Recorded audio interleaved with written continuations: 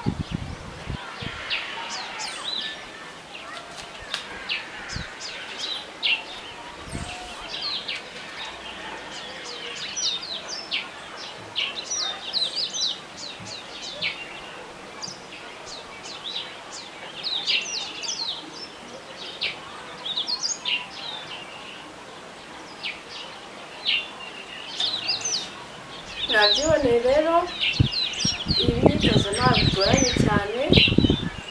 Igihe wumva ufite ikibazo ku mugongo, igihe wumva hari ikitagenda mu mugongo, wabikora hanyuma ubuzima bwawe bukagenda neza.